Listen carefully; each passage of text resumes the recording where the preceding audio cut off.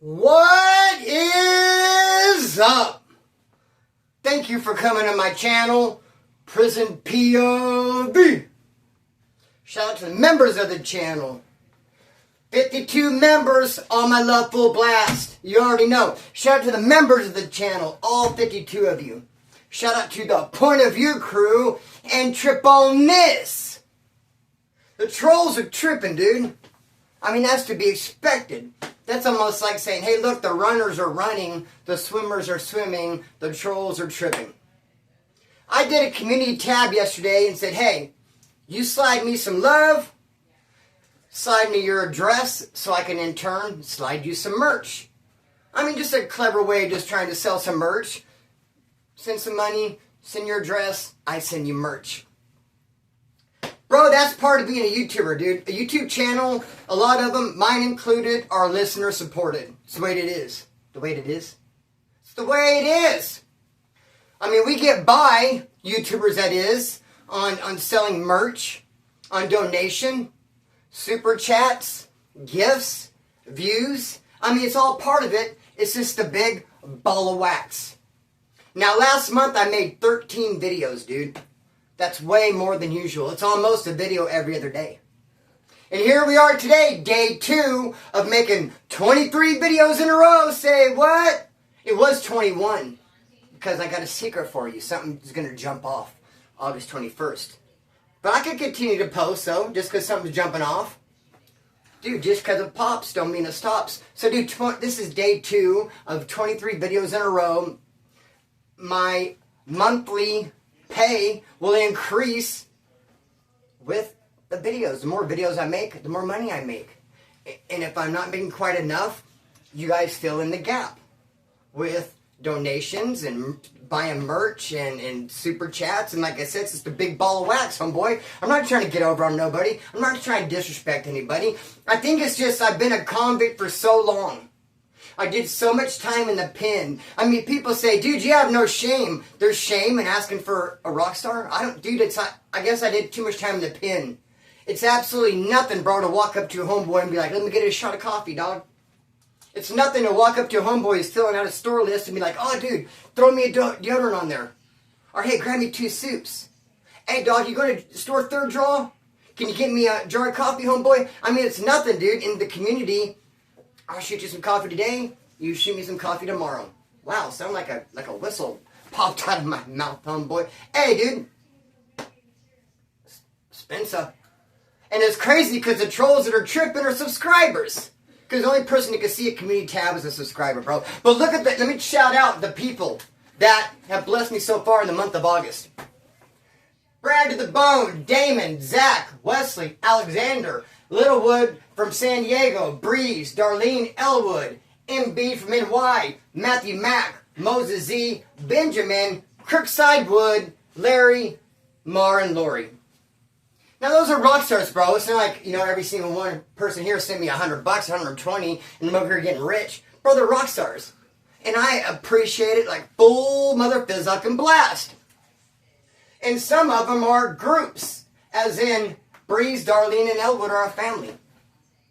Lori and Mar are a family. So there's groups, and it's just, homeboy, I'm showing love to those who show love to me. Shouting them out. Those people keep me... Look at dog. You think I'm bullshitting? You think I'm not actually spending... He's getting the donations, but he's not spending it on rock stars. Oh, pardon me, homeboy.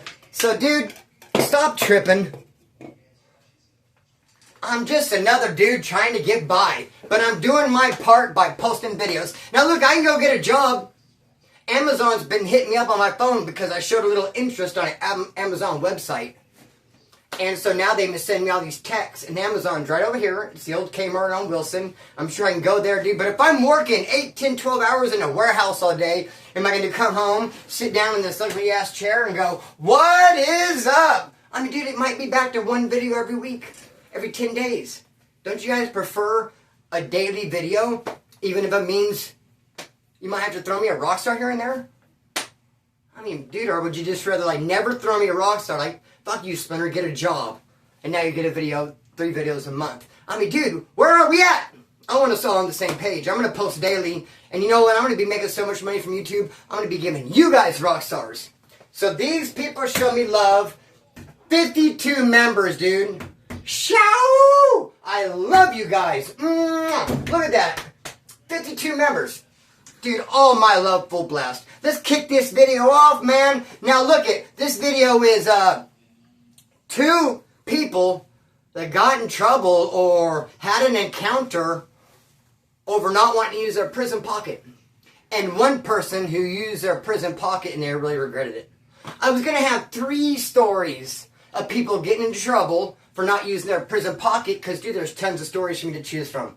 I mean, I could just think of story after story.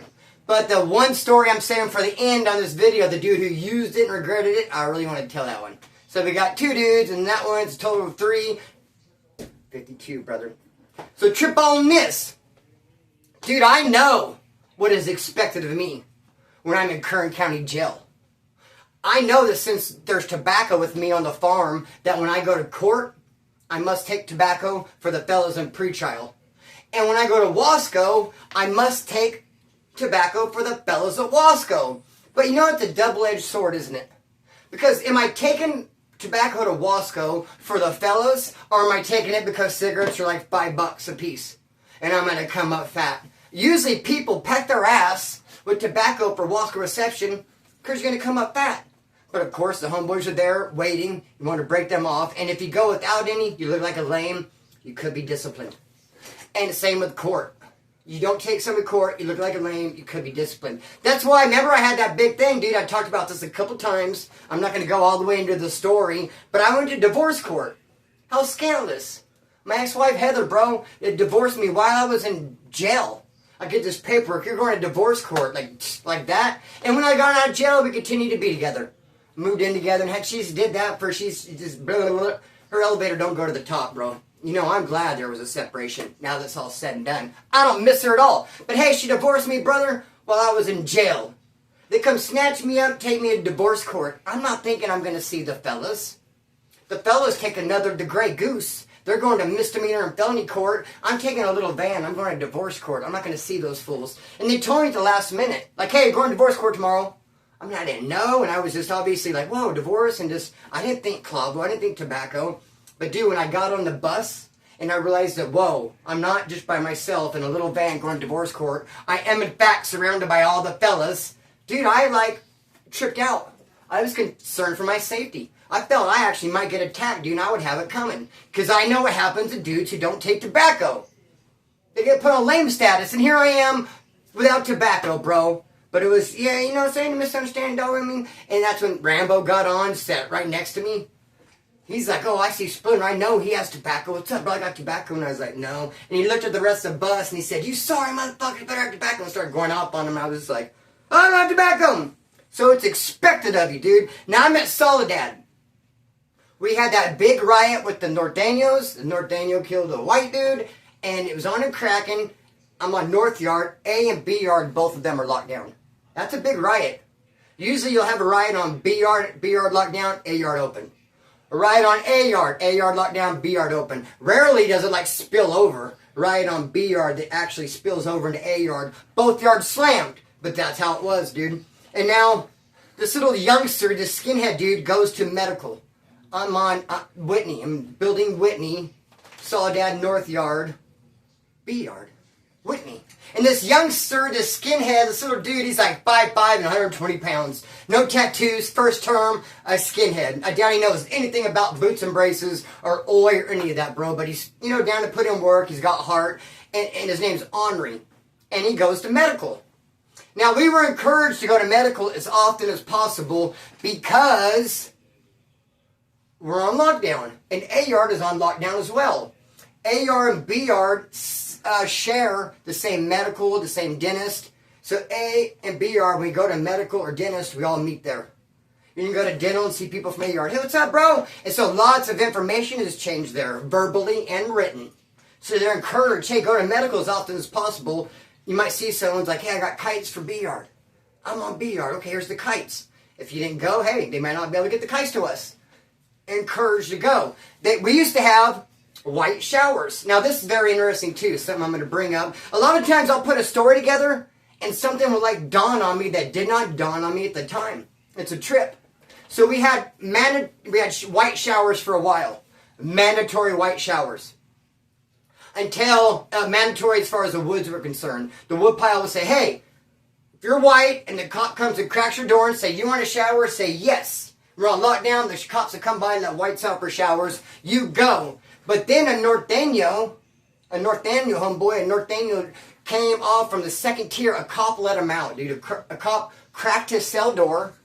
He came out of his cell with all these whites down there showering, put a knife in his mouth, and jumped off the second tier and went and started stabbing white dudes.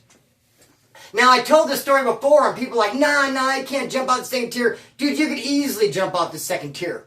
Especially if you like lower yourself just so. I'm not saying stand on the very top, like the arm, the safety bar there, stand on that. No, I'm saying you lower yourself down. You get in between. Boom, easy, bro. Put a knife in your mouth, easy. Now, I went to, oh my goodness, I can't think of it. Alcatraz. I went to Alcatraz, bro. And me and Green Eye Jim and I recorded some stuff, made some shorts. I'm sure you've seen some. And we made a short where she recorded the second tier. And I'm like, look, here's the second tier. Not that high, dude. You could easily jump off. I'm not saying that Alcatraz dimensions and their second tier is exactly like Soledad, but pretty damn close. I mean, what are the dimensions going to be? It's going to be certain. I'm sure it's pretty common. Like, hey, it's common to have it this feet. Anyway, bro, Norteño jumped off the second tier, went into the white shower, started stabbing fools. After he got some and the whites came, the Norteño took off running. He wanted to get rid of the weapon. He got tackled by this wood from IE named Blue Eyes, and he got rid of the shank. He slid under a door to one of his homies. But he had 3 or 4 naked woods sitting there beating him up, homeboy. But after that, no more white showers. They got taken from us. And that was an important tool, because we were able to get out and communicate and fellowship and go to different cells. Whites did not get out. Be like, what's up, brother? You okay? Need a book? Need coffee? Dude, getting out is priceless when you're on lockdown. So after that, Norteño did that, booked some whites in the white shower. They said, no more white showers. And now I'm thinking, who said that, though? Was it the woods? Did the wood pile, someone at the shot caller say, dude, we're not doing showers no more since that happened? If so, that's weak. Just because a Norteño dude came after us and stuck some dudes in the white shower to say we're not doing showers no more? No, I think the cops said, hey, no more showers for those guys. Just fuck it. I think that because the cops never came and cracked our door and said, you want a shower? If they were still running white showers and the woods said, no, you can't go, the cops would still crack the door and be all, you ready to go? So, dude, after that Norteño did that, bro, no more white showers. And so medical was very, very important. And so, Henri goes to medical. Sees somebody and they offer him some weapon stock. And he turns it down. He says, no, I don't want it. I'm not taking it. And they copped an attitude with him. And they said, no, you will take this weapon stock and hoop it and take it with you into Whitney. And give it to who I'd tell you to give it to and turn it into a shank. You're going to hoop it. They're going to search you to and from medical. And Henri said, no, I'm not doing it. And the dude's like, all right, we'll stand by. I got you. I'm going to send some kites. He's thinking, I'm going to get you smashed. And that's exactly what he did. Henri said, I ain't taking it, bro. Went back to the thing. But like I said before, many times prison is a popularity contest. Henri was very popular, bro. People liked him. And they didn't like him because of his toughness, because he was a big old badass homeboy. And they had respect for him because he's a killer. No, because he's 100 pounds and 5'5". But he was just likable. I mean, even I kind of liked him, bro. No one wants to see him got. So he comes back to Whitney. Nothing in his ass. He didn't bring the weapon stock, and kites start coming. But now it was interesting when the kites start coming because the woods got no shot caller. We lost our freaking shot caller, bro. The cops kept taking him. They took Jaybird because he kept getting kites from the hole saying, rush the Northerners. There will be no peace. And Jaybird was ignoring the kites. So then they start writing him from the streets. The skinheads in the hole would write the streets a letter for Jaybird, and the streets would mail the letter into Jaybird, and it'd be like, hey, rush the Norteños. And the cops found the letters, dude, and thought Jaybird's life was in danger, whatever. He went and took him away. Then it was Charlie Brown, bro. He had the keys, took him away. Then it was Billy the Kid, took him away. Then it was Grumpy, took him away. Someone suggested, do you want the key, Splinter? A Bizzug? No! Hell to the no! Do I want Soledad, bro, when we're at war with the Norteños? Dude, nah, bro. I'm frontline soldier. Let me know if you want someone to get stuck. I'll do that. No, I don't want the keys, homeboy, Charlie Holmes. So, they're trying to send kites to get Henri hit, and really it's hard to get a kite to anybody. We really got no key holder. Finally, people start getting these kites, and they jam up Henri. Dude, what happened? They want you hit, dude. They gave you weapon stock. He goes, bro, they offered me this weapon stock, and I asked him one thing, is it wrapped? Is it wrapped? Does that have plastic on it and Vaseline ready to go? And they told me it's too big to wrap. And I said, if it's too big to wrap, it's too big to pack. I'm not taking it, bro. And they said, all right, Henri, dude. They didn't give a fuck. They tore up the kites. They threw them away. And, dude, I don't blame them. They want to give you some metal, dude, that's too big to even wrap up in any kind of, he said Charlie Holmes. So, dude, trip out on this, bro. I have had the keys to Kern County Jail. I had the keys at C1 Wasco Reception. I've never had the keys on the main line. I had them that one time on Wasco. But I've had the keys in county jail scores of times. And that's really not a flex, and it's not nothing special, because what it comes down to, when you're in county jail on the farm in a 40-man dorm, and there's only 2 dudes, maybe 3 dudes out of 40 that are white and been to the pen. So now you have 3 potential people who could have the keys. You have to have been to the pen. A lot of dudes there in county are doing county time. So, okay, out of 40, you got 2 woods that have been to the pen. And now it comes down to, like, who's been there more. Who's put more work in, who knows more people. And it just shakes out, dude, that every time I go to county jail, I have the keys, bro. Just, hey, homie, by default, you have nothing else. And now what I've learned about being in leadership and having people under you, I've learned that 18 to 25-year-olds are very easy to, I don't want to say the word control, I want another word. Come on, Splinter, get up in that vocabulary of yours. 18 to 25-year-olds are very easy to dictate, to influence. If you could tell them, hey, go get this dude in Barracks 6, and they're going to go. 18 to 25-year-olds, you could say, hey, grab these 2 shanks. When they call yard, go to yard, bury them. I mean, they understand that there's leadership. They understand they need a program, that there's rules. They're ready to follow them. 18, 25 are very, homie, they'll do what's supposed to be done. They'll do the damn thing. Now, 30-year-olds, they'll do it, but they want to know why. You go up to some 30, 35-year-old dude and say, hey, you got to go get this dude in dorm 6. He'll be like, okay, but why? 18 to 25-year-old will not ask why. As they get older, 30 to 35, why? What's up, homeboy? What'd he do? I got your back, but, oh, he did that? Okay. Hey, go hide these shanks. Why? What do you need them for? Are you going to use them? So they got questions, bro. They're down to ride, but by then they've done a little time and they want to know what's up. 40-year-olds, the hardest person to try to dictate, the hardest person to try to get to follow a program would be a 40-year-old white dude who's just in jail for the first time because he has multiple DUIs and he's married with a couple of 15-year-old kids. He's had the same job since he was 18. He's some alcoholic. He drinks. And he's 40-something years old and he's in county jail. He ain't trying to listen to nobody. Especially someone younger than him. I mean, I'm 30 years old, homeboy. Been at the pen a dozen times. He's 40. And I'm like, hey, you got to do this. He ain't trying to listen to me. When they're 40, bro, they're set in their ways. They're hard-headed. They have their own kids that they tell what to do. They've been married. They got a good job. And they just ain't trying to hear it, brother.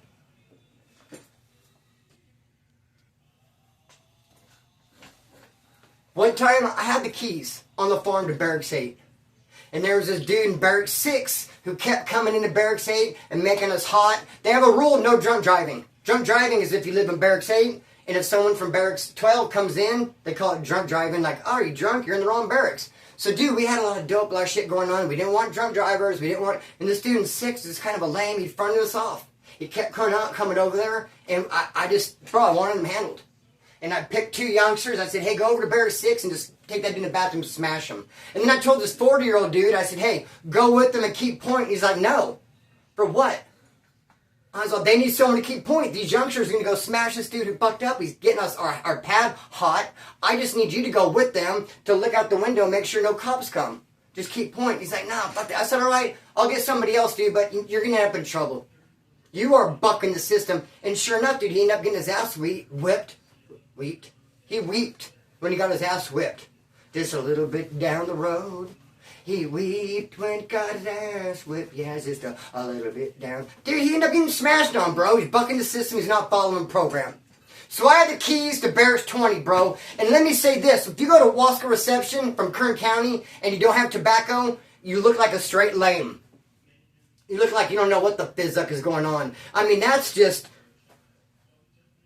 obvious, dude. I mean, that's just, whoa, do you even have to be told? That is a no-brainer. You come from Kern County Jail, the farm, to Wasco Reception, your ass better be packed, bro, for yourself, so you can fatten up your locker. Who doesn't want to sell cigarettes for $5 a pop? And not only that, you got the fellas waiting. They want to smoke. They're waiting for Kern County to bring tobacco, dude. And if you show up with nothing, you're going to look like a lame. You might even get beat up. If you're the only white dude from Bakersfield, the farm, and you show up with nothing, you're gonna, and there's nobody else that has anything, and it's like if you would have brought it, they'd have been smoking, but you didn't, you're getting your ass whipped. Now, if you show up and there's two other woods, and they brought tobacco and you didn't, they'll be smoking, but they'll look at you like, fucking lame, bro. So there's this dude named Gary. I'm in Kern County Jail. I have the keys to Barracks 20. It's Wasco night. They're taking termers. Like on Tuesday, they take violators. On Wednesday, they take termers and violators. And Thursday, just take people who have a term. I don't know why they do it like that. But it was Thursday, they were taking people who had terms and were making clavos. And I see this dude, Gary, who he's only been there for a while. He got like 5 drunk drivings. They gave him 16 months in prison, but he's been out on bail. So finally he goes in and gets sentenced, comes into county jail. He's already sentenced, ready to go. He's been there about a week, 10 days, and he ain't fucking with nobody, bro. He's not programming with us. He's not working out. He's always on the phone. He's writing letters. He's walking in circles. He just don't want to talk to nobody. He's bucking the system. And I'm like, well, he's leaving anyway. Let him get taught his lessons at Wasco. I don't need, he's in and out. I don't even need to pay him no mind. But it's Wasco night. They're taking termers. And I said, Gary, dude, you need to at least take a half pouch of tobacco with you.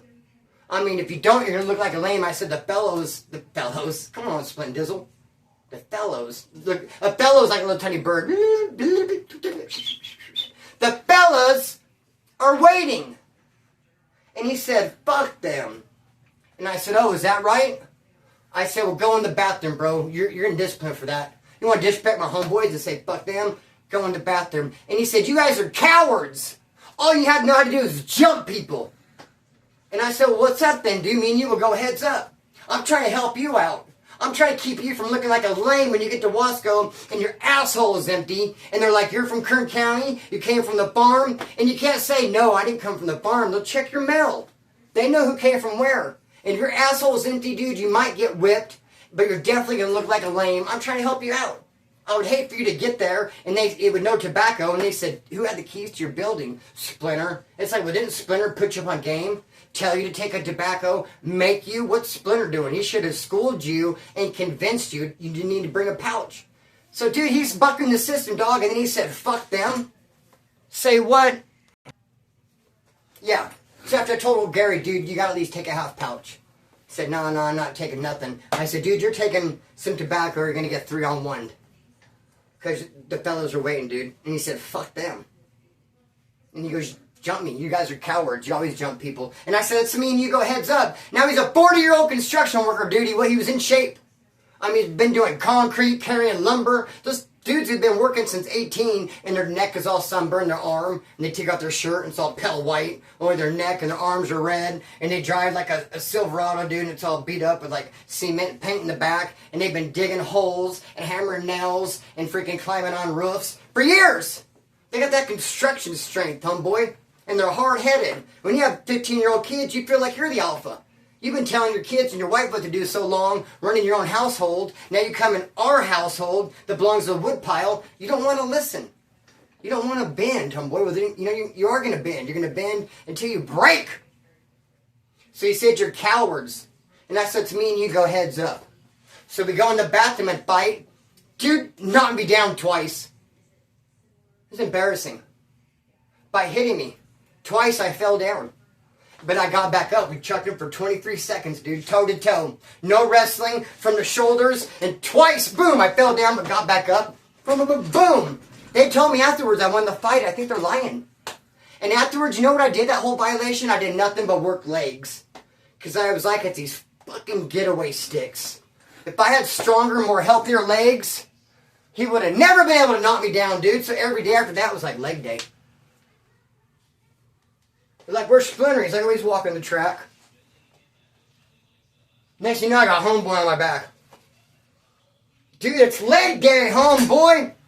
But dude, after the 23 seconds, after we fought, Gary said, all right, dude, you seem emotionally invested in it. I mean, if you're willing to come in here and fight me because I don't want to take a pouch, I guess it's serious. He's like, fuck it, make me up something small, brother, and I'll run with it. I'm going to give you your respect. But trip out on this. Right now, if you get busted in Kern County, they take you to CRF, Central Receiving Facility. It's downtown. You stay a couple days there like an 8-man dorm, and then they snatch you up on a bus at nighttime, take you to Lerdo, and you end up either in pre-trial or the justice system. They used to have the farm, it's gone. It used to be back in the day, they didn't use CRF, Central Receiving Facility. You just went straight out to pre-trial.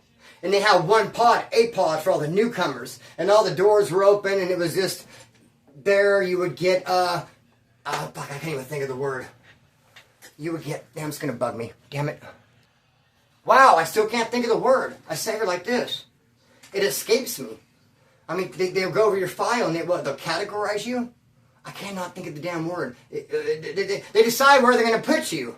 They decide where they can put you safely. Do you have enemies? What's your point level and all that shit, isn't it, bro? So you go there, dog. But hey, first you sit in a holding tank before you can even go to A-pod. And I mean, dude, they cram you in there, homeboy, like sardines. It's a room this size, and you'll be packed in, bro. Packed in. So we're packed in there to sit there 8, 10, 12 hours, bro. Before you go to A-pod, and they classify you and send you elsewhere, dog. So we're packed in there like sardines. There's a Nazi lowrider. I only know because he has Xenolar on his eye, and he has Xenolar, but I don't know who he is. I didn't catch his name. I had never been to prison. I'd only been to county jail a little bit. I wasn't really hip to the whole prison jail scene yet, but I knew what NLR was. NLR stuck out like a sore thumb. This dude was totally blasted all over, and he's walking all like, he's really walking all like hunched over. And finally he's like, fuck, man. He's like, oh, I can't do it. He's like, hey, he's like, hey, does anyone here do heroin? Anyone do Gattaca? A couple people like, yeah, me. He's like, dude, I got a syringe hooped with some black, like a 40 black. It's killing me. I gotta get this thing out. It's hurting. I'm gonna shit it out. If someone else would take the syringe and hoop it, then when we get to where we're going, give me my syringe back, dude, and I'll get you loaded. This dude's like, yeah, I'll do it. So he's like, all right, man, this thing's killing me. And he shit it out, and he gave it to the guy, and the guy hooped it. Now, I hooped some weapon stock once, a piece of metal. It was shaped like a syringe. It was like long and skinny. Metal, and it hurt my stomach. And the thing about it, it felt like I would not be able to shit it out because it wasn't fat enough. Like, it's not fat enough for my stomach muscles to grab it and push it down. It's like just too skinny. And I'm like, dude, I'm not even going to be able to shit this thing out. Because it was like kind of thin, long piece of metal, dude. Very uncomfortable. This dude had a syringe. I guess it's very uncomfortable. Shit it out. This guy said, I'll hold it. So, dude, 3-4 hours go by. They take us to A-pod. Like I said, all the doors are open. I end up being that NLR dude celly. I can't remember if the cop said, hey, you know, you go to this cell, you and you go to this cell. Or I don't know if I just went in there and he followed me. Or maybe the NLR guy saw me, a youngster. I didn't use black, so he's like, hey, I want you for celly. I can't remember how it turned out or why. No, I remember how it turned out, but just not why. So I ended up being NLR dude celly. The guy came over who hooped his syringe, shit it back out, and gave it to him. Dude, and they're not putting plastic or nothing on it. I mean, he took it out of his ass and dude put it right in his. No cleaning, no none of that shit. Dude is like, ugh. And anyways, he gives him his syringe back. Dude start drawing up a shot. He asked me if I wanted a little bit. I was like, no, I'm good. And that one dude is just like,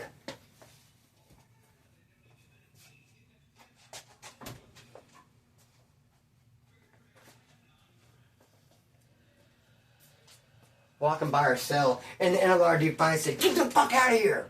You're fronting me off. And he's like, oh, you're going to give me a little bit? He's like, no, I'm not getting you shit. Fuck you. He's like, oh, but I carried it for you. And he's like, I don't give a fuck. You're getting me hot. Get the fuck out of here, man. And dude's like, all right. So, dude, he asked if anybody wants to carry a syringe. He said, when we get there, when you carry it for me, I'll get you loaded. This dude's like, yeah, I'll carry it.